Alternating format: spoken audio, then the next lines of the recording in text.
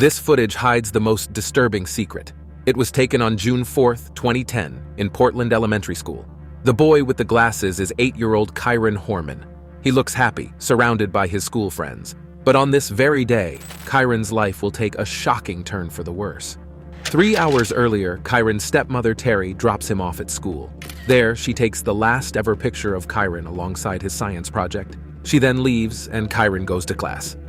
6 hours later, Terri, Kyron's dad, Kaine, and Kyron's sister, Kiara, wait together at the bus stop for Kyron. However, he never shows up. The family quickly calls the school, but Kyron isn't there either. Realizing the boy is missing, they immediately contact the police. By morning, the military and crews on the ground join the search. He's not the kind of child that would just go out of school. That doesn't seem like something he would do. Now, the suspicions turn to those closest to Kyron, particularly his stepmother Terri.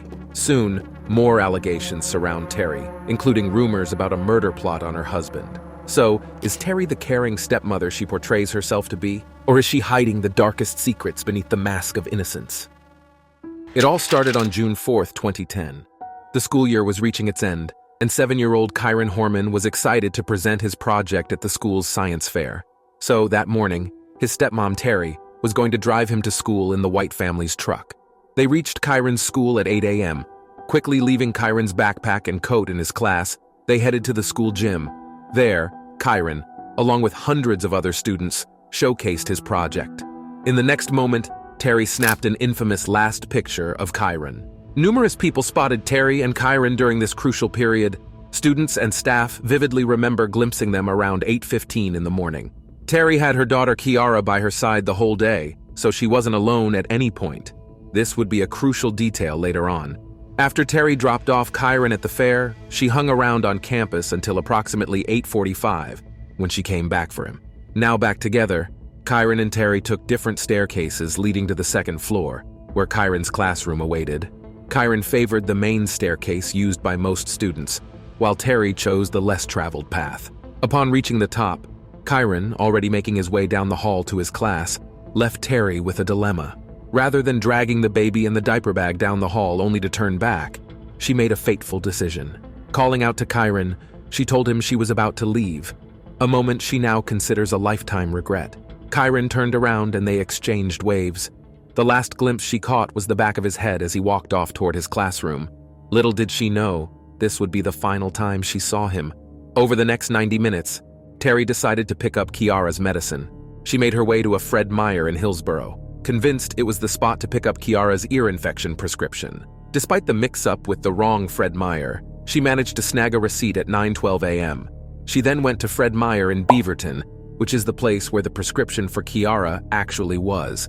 Terri then went to Magic Dry Cleaners, leaving after just a minute or two. Security camera recordings from these spots later validated Terri's timeline, providing her with confirmed locations until approximately 10:10 a.m. The subsequent hour and a half or so gets a bit blurry. Over the next 90 minutes, she decided to take a casual drive around the neighborhood. At 11:39, Terri made it to the 24-hour fitness in Beaverton. After checking in Kiara at the gym's daycare, she hit the exercise routine for almost an hour.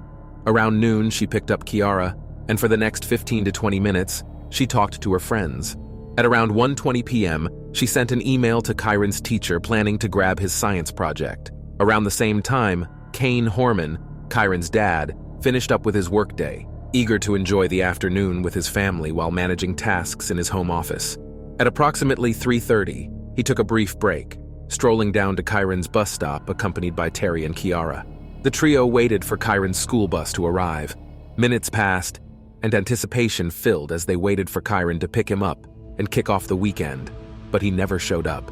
Kaine and Terri had a serious chat with the bus driver, only to find out Kyron never got on the bus after school. The driver suggested they give a quick call to Skyline Elementary, and at the same time, he rang up the school secretary, letting her know that Kyron was neither on the bus nor at home. As they raced towards Kyron's school, Terri didn't waste a second and was dialing 911. Right after the call, the secretary gave Desiree Young, Kieran's mother, a call. In the aftermath, Desiree would highlight the fact that Terri didn't personally give her a call as the initial warning sign. Terri explained she had the secretary make the call because she was engrossed in conversations with other school staff, desperately trying to figure out what on earth had happened. However, When she noticed Desiree's call, she promptly paused her other talks to answer. A search immediately took place from Karen's last location, an elementary school. However, the school didn't have any security cameras, so police had to rely on witnesses who saw Kyron.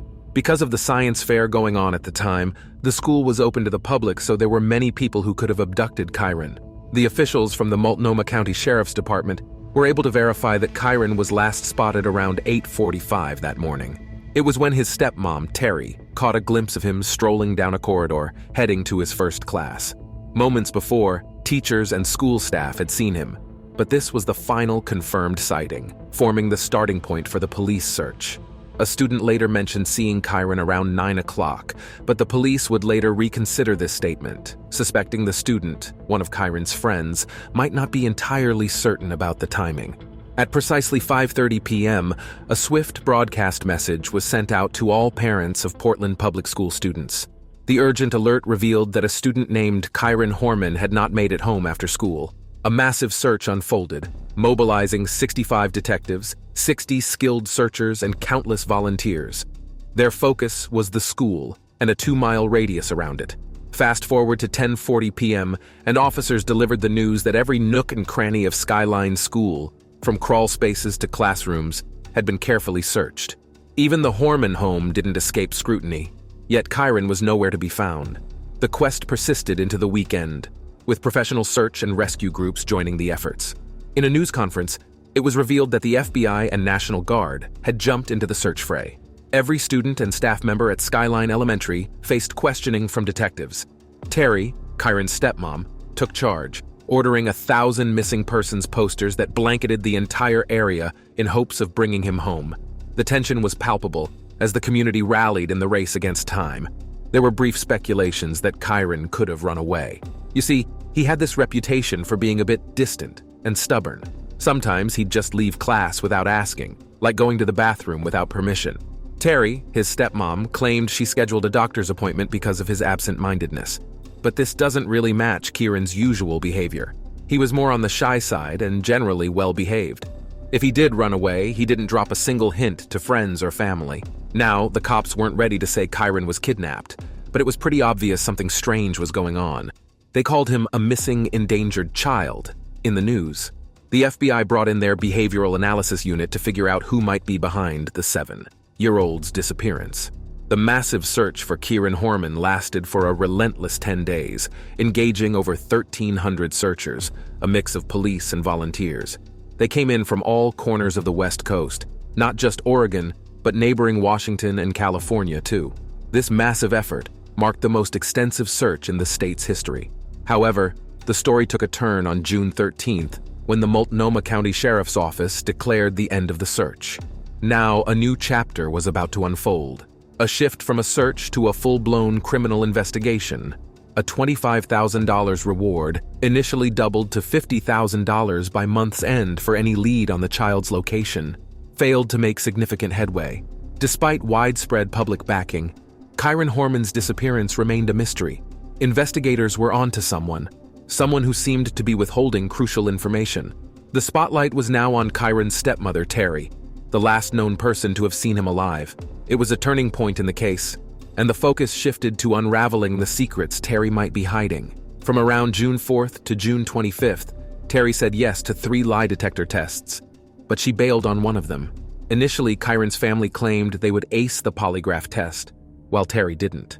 After it got blasted in the news repeatedly, the narrative shifted from a success story to an outright failure.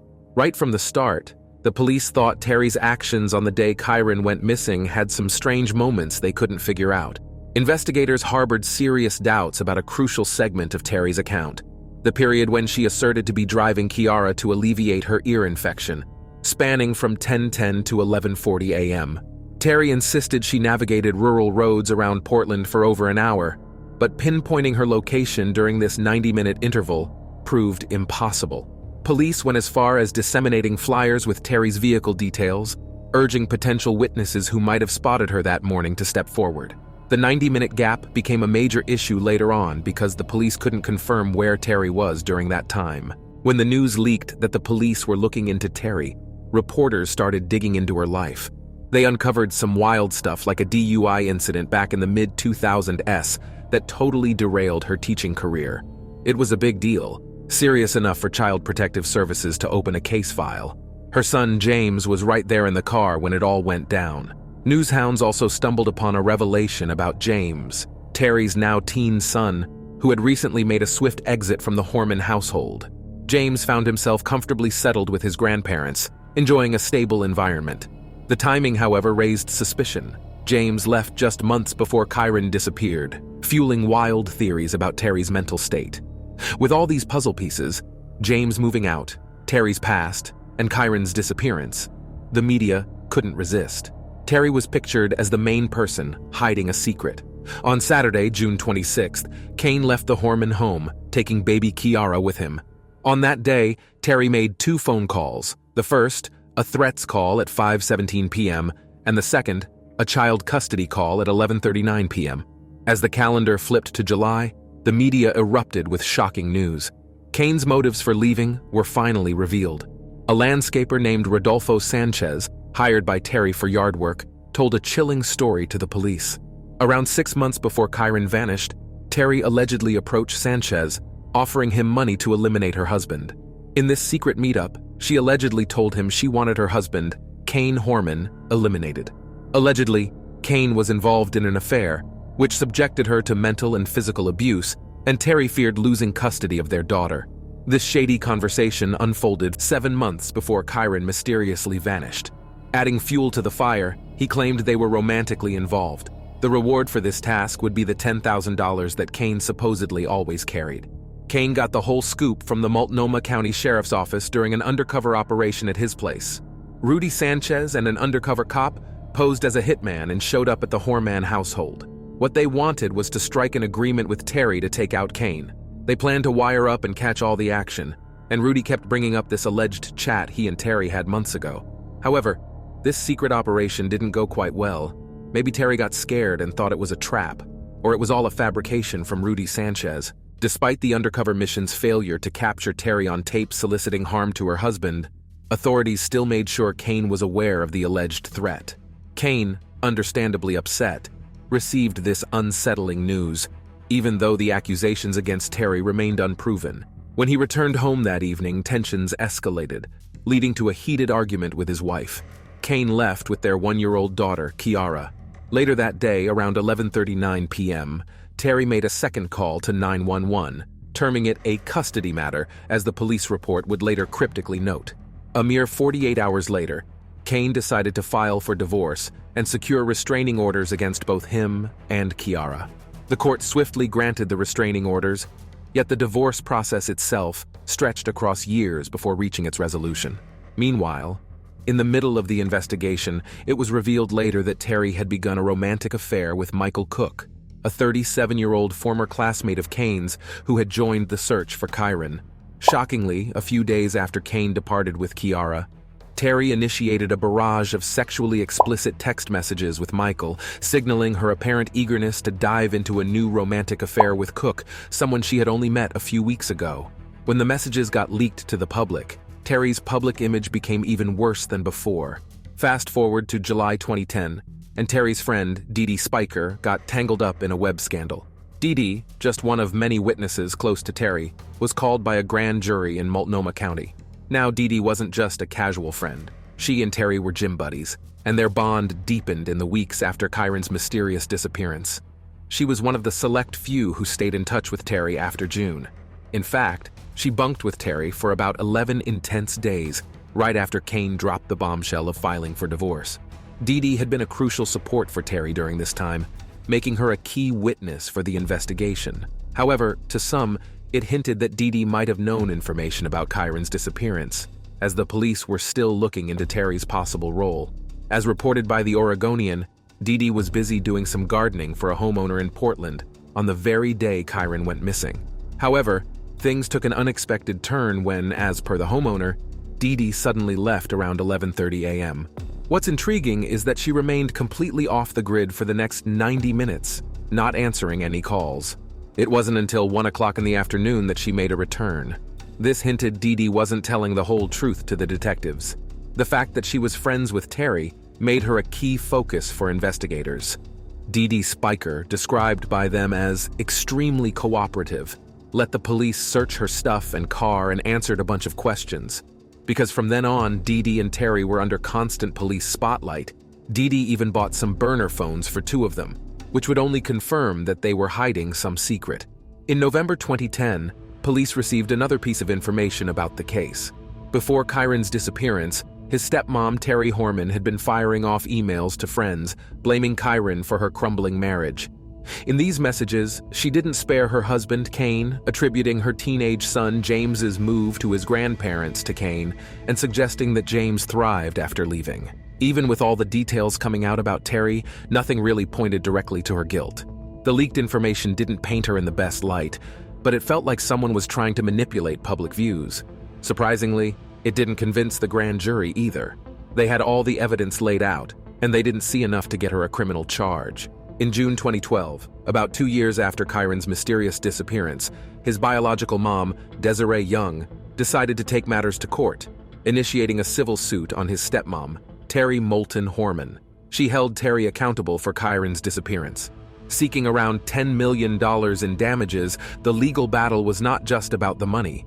It was a quest to establish, even in the civil arena, that Terri played a role in the puzzling abduction of the 7-year-old who still hasn't been found. In the following months, investigators found Dee Dee helpful in their criminal probe, although her role in the civil trial took a sharp turn. In a deposition, she took the silent route, dodging 142 questions, invoking the Fifth Amendment every single time. In July 2013, Desiree Young declared she'd dropped the lawsuit to avoid messing with the ongoing police investigation. Despite 3 years of investigation, the police hadn't charged anyone or officially labeled a suspect, though they kept a close eye on Kyron's stepmom. Speaking of motives, there are only 2 things that could have possibly been the motive for Terri to abduct and kill Kyron. The first one is that Kaine sent Terry's son away from the house, so she would send Kyron in revenge. However, this is very unlikely. Her son went to Roseburg to reside with his grandparents, but swiftly switched to living with his dad and stepmother back. There were multiple reasons behind his move to his grandparents. His grades were on a downward spiral, and he found himself entangled in conflicts with both Terri and Kaine. It seemed like the classic story of teenage rebellion. Interestingly, Kaine wasn't even present when Terri concluded that a change of residence was necessary. The second reason was Terri hated Kyron. The sole evidence lies in emails that people say exist but haven't been shown to the public. Kaine seems unsure if he's actually laid eyes on them or not. In 2013, he and Desiree appeared on Dr. Phil.